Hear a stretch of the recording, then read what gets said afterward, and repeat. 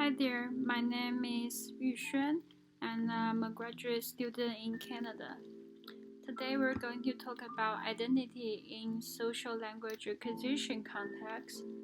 First and foremost, I want to talk about why I choose TESOL, the field of teaching English as second language, as my graduate study area, regarding me as an individual and the constant changing social world around me. So I was from China, Sichuan, and it is the place where pandas are, so I put the panda picture there. I used to be a translation and interpretation student when I was an undergrad, so here right now I'm studying the TESOL program. Translation can be very hard sometimes. It often requires translator to go through words and phrases times after times to be more precise and accurate about the implied meanings and the metaphors. And it's in another language, so you have to be very familiar with different cultural and historical background information. That was a very hard time for me. Right now, I changed a lot. I go to the TESOL program, which is a different area. But back then, I did translation of subtitle translation for TV program and script translation for DC comic books, mostly Batman comics, and the formal construction document back in the days. But today I'm going to talk about the changes of the relationship, my relationship to the world, and my relationship, my identity changed from time to space, from time and space, and how my identity change will influence my future. First of all, I will talk about why I choose TESOL, because I told you that the translation was quite hard process, and the amount of stress and my procrastination problem made me stuck in the area of self-doubting and depression. I felt less energized and frustrated all the time. This is basically when I decided to make some changes in my life. So I took a closer look of my problem, decided to introduce more energetic young life into mine, and to make me feel less stressed under their influences, to feel like as young as they do instead of drawing in books and videos all the time, even in weekends. Hence, I worked as a volunteer English teacher in China and in Sri Lanka, which really changed my personality into more optimistic and more of an extrovert.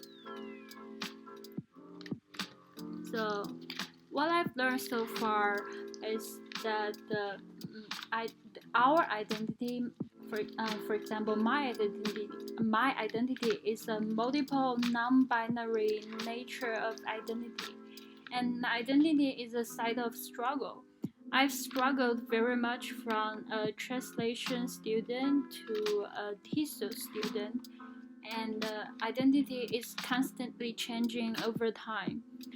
For example, I was my mother's daughter. From maybe in the future, I'm gonna be a mother someday.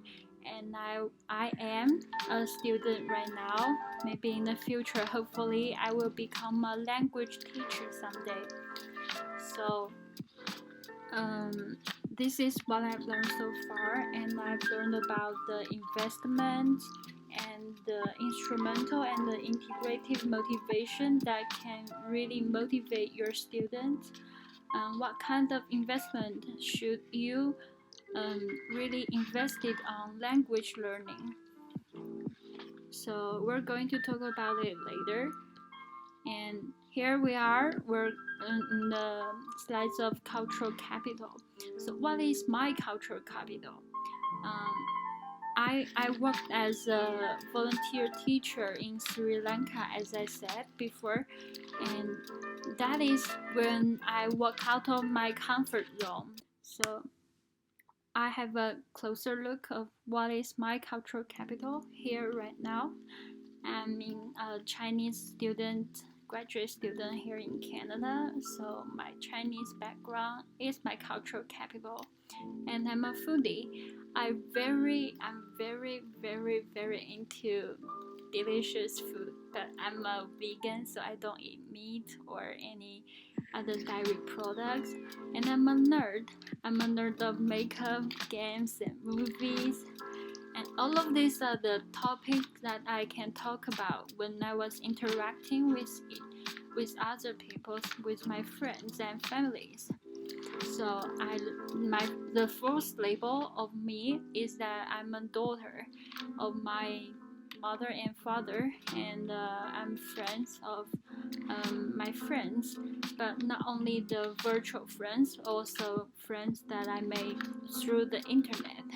For example, I use Reddit and Instagram and Facebook, Twitter, those kind of space. I can really, in those kind of the app, I can speak English. I can type English with them. I can really produce English in daily life context, which is a really good way, a good investment that you can have interact with other people.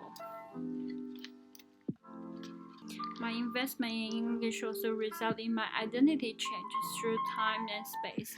From undergrad to graduate student, from living in China to here in Canada, and from a current student to a future teacher. And what I would do to encourage my future student is that, of course, I put those kind of picture that I made, the picture of the food that I made. So hopefully it looks good, right? And I will encourage my student to open up yourself, to have a closer look of who you are, what you are, and to open up to the world, so that my student can be really clear about what kind of state they are, and what kind of state is exactly what they want it to be. So, and the second one is to treat yourself. I want my student to treat themselves, to lower their anxiety levels. Like I do, I cook myself really good looking food that to lower my anxiety level while I was writing my finals. Hopefully my experience will have some connection with my future students, so we can really interact with each other very very, yeah, they can know that I can really get their feelings. And the third one is stay motivated.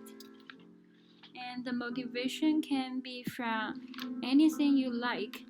For example, you can watch YouTube makeup videos, YouTube cooking videos, or just playing games with your friends in English, playing the player on the battleground. And that's all in English, so you can interact with your online friends or others that you don't even ever need to meet them. So the fourth one is very important, is that don't label yourself. You have to embrace the change. For example, I embrace the change that I will become a teacher, so I'm working on that. And I embrace the change back in the day I was in China, now I'm in here Canada. And I did a lot of different things. For example, my cooking style changed from Chinese cuisine to a very westernized cooking style. So in the future, what I would like my students to do is that I will ask them who you are and what you can become, to let them to be more familiar with themselves. So they will have to analyze their personal identity. What are they? Just like what I do. I labeled myself, and I accept my labels, and I realized that my labels my identities are a constantly changing state, so it's not fixed. So once you know who you are and what you can become, you will be much more motivated, and you will be much more familiar with what you're going to learn in the future. You have a clear mind. Thus, my best wishes is to teach them some of the coping strategies that work on them the best.